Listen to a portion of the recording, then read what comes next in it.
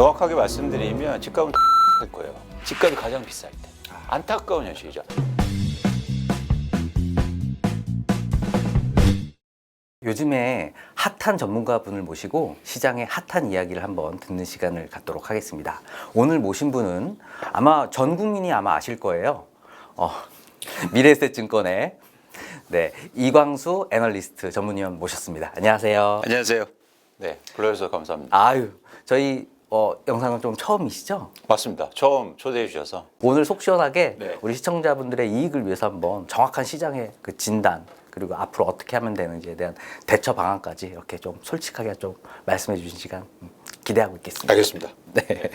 네. 저희 이제 애널리스트 분들 중에서 우리 위원님 같은 경우에는 이제 소신파로 좀 정평이 나 있더라고요. 네. 그래 굉장히 많은 이런 두터운 팬층도 이렇게 갖고 계시고요. 네. 그 조사가 된 근거 있는 말씀이시죠? 아, 그럼요. 사실은 그 애널리스트는 미래를 전망하는 직업이죠. 네. 그래서 저희가 결국엔 투자도 미래에 하는 거기 때문에 사실 조심스러운 측면이 있어요. 미래는 사실 불확실성이 많잖아요. 저는 데이터를 갖고 설명을 하고 데이터를 통해서 뭐 부동산 시장의 전망과 그걸 또 여러분들이 그걸 통해서 어떻게 해야겠다 이렇게 명확한 의견을 내려고 최대한 노력 중입니다. 아, 네, 정말 이게 우리나라 같은 경우에 이제 부동산이 굉장히 민감하잖아요. 정말 많은 자산이고 그렇죠. 부동산을 가진 사람이 절반, 안 가진 사람이 절반이다 보니까 의견 내기가 굉장히 힘든 분야지 않을까 싶어요. 그래도 우리 위원님 같은 경우에는 아마 집값 거품에 대해서 경고를 아마 우리나라에서 거의 처음 이렇게 해주시지 않았을까 이렇게 생각이 되거든요. 맞습니다. 그래서 사실은 이 전문가가 저도 전문가로서 가장 어떤 유혹 당하기 쉬운 지점이 그거거든요. 양다리. 아, 맞아요. 그래서 예를 들면 집값 전망도 이렇게 하는 거죠. 보합, 강보합, 약보합, 살짝 빠졌다가 반등. 네. 사실 굉장히 쉬운 전망일 수 있어요. 그런데 저희가 예를 들어서 내 집 마련을 하고 투자를 할 때는 그렇게 전망하면 어떻게 의사결정을 합니까? 맞습니다. 그렇잖아요. 네. 그래서 그런 측면에서 저는 명확한 의견을 좀 정확하게 내려고 하고 물론 틀릴 수도 있어요. 맞을 수도 있고 그 대신 최대한 맞추려고 노력을 하고 대신 그걸 통해서 나온 결론이면 명확하게 얘기를 하겠다. 가격 내린다. 떨어진다. 많이 떨어진다. 뭐 30% 빠진다. 40% 빠진다. 이렇게 이제 명확하게 얘기를 하는 게 필요하지 않을까 생각합니다. 아, 역시 존경스럽습니다. 자, 그럼 이제 본격적으로 한번 이제 시장 이야기 한번 한번 나눠보도록 하겠습니다. 좋습니다. 네, 지금 부동산이 초미의 관심사예요. 굉장히 많이 이제 급격한 금리 인상으로 많이 떨어졌었죠. 서울 집값 기준으로 실거래가 마이너스 25% 됐다가 지금 1월 달에 정부 정책 발표 나오고 나서 어디는 뭐 2, 3억 오른 데도 있다더라. 뭐 한 실거래가 기준으로 느낌상 5%에서 10%는 지금 상승한 것 같더라고요. 그래서 네. 지금 시장에서 앞으로 이렇게 더 올라갈 건지 아니면 다시 내려갈 건지 혹시 우리 전문가님 혹시 위원님은 생각이 좀 어떠신가요? 명확하게 말씀드리면 집값은 다시 하락할 거예요. 아, 정말요? 네, 그럴 가능성이 굉장히 높다는 게 저희 판단입니다. 이유는 뭐냐면 최근에 반등의 이유를 좀 찾으실 필요가 있어요. 박사님 생각하시기에 최근에 집값이 말씀하신 것처럼 많이 빠졌다가 사실은 약간 반등하는 모습을 보이잖아요. 그 이유는 많은 분들이 정책이라고 얘기하지만 가장 핵심적인 이유는 많이 빠졌기 때문에 오르는 겁니다. 많이 빠졌기 때문에. 그렇죠. 그래서 다시 오르면 다시 거래가 안 되고 거래가 줄어들면서 다시 빠질 거예요. 그럴 가능성이 굉장히 크다는 거죠. 왜냐하면 빠져서 오른 거니까 다시 오르면 그만큼 수요가 못 붙는다는 거죠. 그래서 그런 차원에서 여러분들이 가장 중요하게 보실 지표는 거래량이에요. 거래량. 네. 그래서 가격이 뭐 오르든지 빠지든지 거래량이 추세적으로 올라가야 시장이 계속 회복하고 가격이 상승한다고 전망이 가능한데 일단 2월까지는 거래량이 올랐어요. 근데 분명히 3월부터는 다시 거래량이 줄어들 가능성이 있습니다. 이미 뭐 데이터로 보시는 것처럼 최근에 이제 그 빨간 표가 거래량이 많이 회복되고 그리고 가격도 사실 따라서 회복했잖아요. 저런 모습이 추세적으로 이어지느냐가 굉장히 중요해요. 그래서 서울 아파트 거래량을 저희 부동산 정보과작에 보면 3월 27일 기준으로 해서 현재 1,157건이에요. 그러면 이제 앞으로 기간이 더 남았고 뭐 한 달 이상으로 계속 신고가 되잖아요. 그래서 2월보다는 거래량이 많이 증가할 수 있겠다는 의견이 있어요. 근데 여기서 엄밀하게 보셔야 될 게 뭐냐면 현재 1,157건 중에서 청년주택 매입 임대가 네. 252건 정도가 포함되어 있습니다. 그래서 그걸 제외하면 현재 905건이에요. 그러니까 제가 볼 때 아무리 향후로 신고가 많이 돼도 2월 수치를 넘기긴 좀 힘들어 보여요. 이러면은 다시 거래량이 줄어드는 거죠. 그렇죠. 네. 그렇게 되면 향후로 가격도 다시 떨어지고 하락할 가능성이 크지 않을까. 결국 중요한 게 뭐냐면 지금에서는 거래량의 추세적인 회복인데 그러기에는 좀 힘들다라는 게 저의 판단입니다. 네. 그럼 지금 현재 3월의 거래량이 아직은 뭐 4월까지는 가야 정확한 통계가 나오겠지만 추세적인 뭔가 반등을 보기에는 거래량 회복이 조금 덜 일어날지 모른다라는 말씀이신 거죠. 그렇습니다. 네. 또 보면 서울 거래량은 또 늘고 있지만 뭐 지방 거래량은 아직까지는 또 주춤한 양상인 것 같더라고요. 그렇죠, 그렇죠.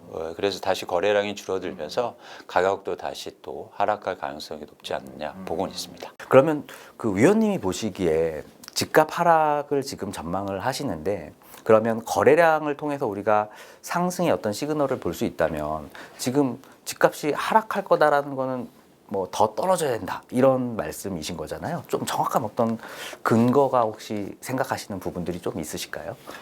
그러니까 조금 더 근원적인 여기 질문하고 답을 좀 찾을 필요가 있는데요. 한국의 부동산 가격이 왜 변동되느냐는 거죠. 그러니까 결국에는 재화 가격이라는 건 자산 가격도 마찬가지고 수요와 공급이 많아서 결정을 하잖아요. 근데 한국의 부동산을 가격을 결정하는 그러니까 저희가 단기 가격입니다. 예를 들어서 10년 후 가격을 전 전망하지는 않아요. 의미 없다 전. 그래서 예를 들어서 뭐 3, 4년 이런 5년 정도의 가격을 전망할 때 그리고 1년도 그렇고 가격을 전망할 때 결국엔 그 가격을 결정하는 수요는 투자 수요라는 거예요. 그래서 투자 수요가 많아지면 가격이 회복하고 거래량도 증가할 수 있고 반대로 투자 수요가 감소하면 가격도 빠지고 거래량도 감소하는 거죠. 그래서 투자 수요가 부동산 시장을 결정하고 또 공급은 뭐냐면 갖고 있는 사람들이 투자 목적으로 갖고 있는 사람들이 내놓는 매물의 양인 겁니다. 그래서 매물의 양이 증가하면 가격이 하락폭이 커질 수 있고 반대로 매물이 많이 감소하면 가격 하락폭이 줄어들거나 다시 상승 가능성이 있는 거죠. 그런 점에서 수요와 공급에 대한 명확한 개념 규정이 필요해요. 그러면 전망이 이제 가능한 겁니다. 그래서 지금 보세요. 제가 이제 예측하는 게 지난해 말부터 있지만 저희가 이제 부동산 뭐 매매 가격 지수도 보시면 지난해 한 7월부터 실제로 KB에서도 보면 가격이 하락이 실제로 이루어지기 시작해요.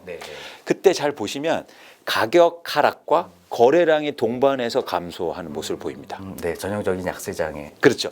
근데 왜 이런 현상이 먼저 나타나냐면 수요가 줄고 있기 때문이에요.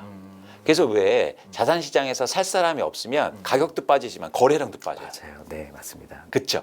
그렇기 때문에 지금까지의 시장 변화는 투자 수요 감소에 있어요.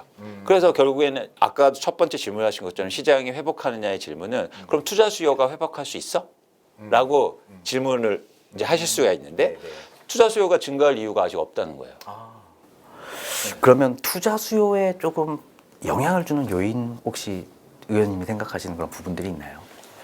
투자 수요는 결국은 어떤 거냐면 가격 상승 기대감이에요. 기대감, 심리. 네. 심리도 중요한데 심리가 또 지표로 나타나는 건데 뭐냐면 그러니까 기대 수익률이잖아요. 네, 그렇죠. 기대 수익률은 어떤 게로 결정되냐면 미래 집값 전망도 있지만 내가 돈을 적게 쓴다고 생각할 때. 그런 지금 인플레이션이라는 부분들이 투자 수요를 더 악화시킬 수도 있다라는 이런 말씀이시죠? 그런 것도 되고 예를 들어서 제가 대출을 일으켜서 집을 살 때 금리가 높으니까 그러면 제가 기대 수익률이 떨어지잖아요. 반대로 지금 전세 또 마찬가지로 전세 가격이 떨어지니까 갭 투자할 때 내가 돈이 더 많이 필요하잖아요. 그러니까 기대 수익률이 떨어지는 겁니다. 내가 들어가는 돈이 많아지니까. 네, 네. 같은 1억이 올라도 1억 투자할 때랑 2억 투자할 때랑 수익률이 달라지잖아요. 그렇기 때문에 지금 이런 변동이 시장에 없는 상황 속에서 투자 수요 회복을 기대하기는 굉장히 어렵다는 겁니다. 저는 위원님의 그 투자 수익 감소, 어떤 수요 감소에 대한 부분에 대한 인사이트가 정말 좋다고 생각하거든요. 왜냐면 우리가 보통 실거주, 어떤 주택 수요를 이제 실거주랑 이제 투자 수요를 이렇게 두 개를 나눠서 보통은 우리 생각을 하는데 위원님께서 말씀하신 그런 부분들은 실거주라는 부분보다는 이제 영향을 미치는 부분이 좀 덜하니까 투자 수요라는 부분들이 더 영향을 더 민감하게 받는다는 말씀이신 것 같아요. 그렇죠, 그렇죠. 그래서 결국 중요한 건 뭐냐면 자산 시장의 변동, 특히 한국의 부동산 시장에서 변동성을 일으키는 건 투자 수요가 핵심이라는 거예요. 실수요가 갑자기 빠지던 자산 가격을 끌어올리지 못한다는 겁니다. 반대로 실수요는 계속 올라가는 자산 가격을 내리지도 못해요. 그냥 거기에 뭐랄까 올라탈 뿐이에요. 네네. 그래서 항상 왜 무주택자분들이 집 살 때가 고점이고, 그렇죠. 그리고 집 막 안 사고 무주택자 분들이 집을 안 산다고 할 때가 저점이라고 얘기하는 이유도 그것 때문에 이게 통계로 다 나와요. 네네. 지표가. 그래서 최근에 집값이 가장 높았을 때가 2021년 하반기와 2020년 상반기까지잖아요. 네, 맞습니다. 그때 무주택자 100만 명 이상이 집을 삽니다. 집값이 가장 비쌀 때.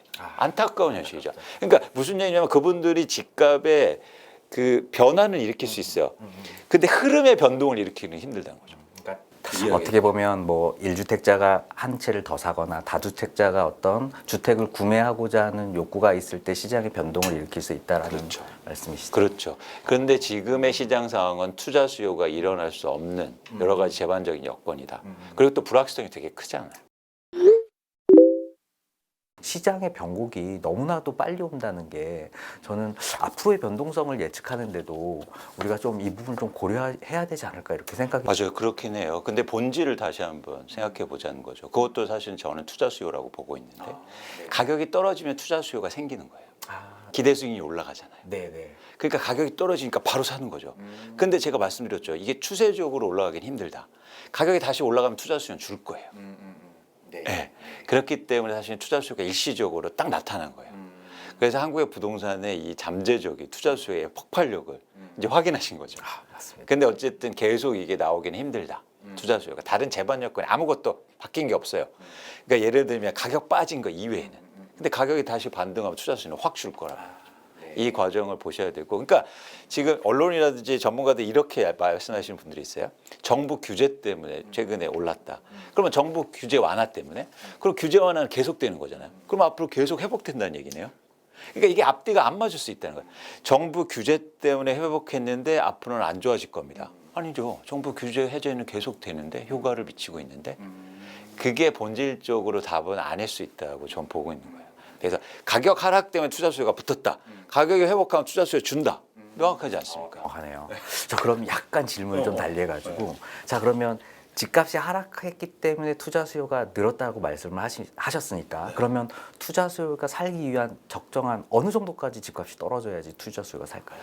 그 지점이 굉장히 중요한데요. 앞으로 매물의 양이 굉장히 중요할 겁니다. 매물을 줄이는데도 가격이 빠져요. 원래는 매물을 줄이면 가격이 올랐어야 돼요.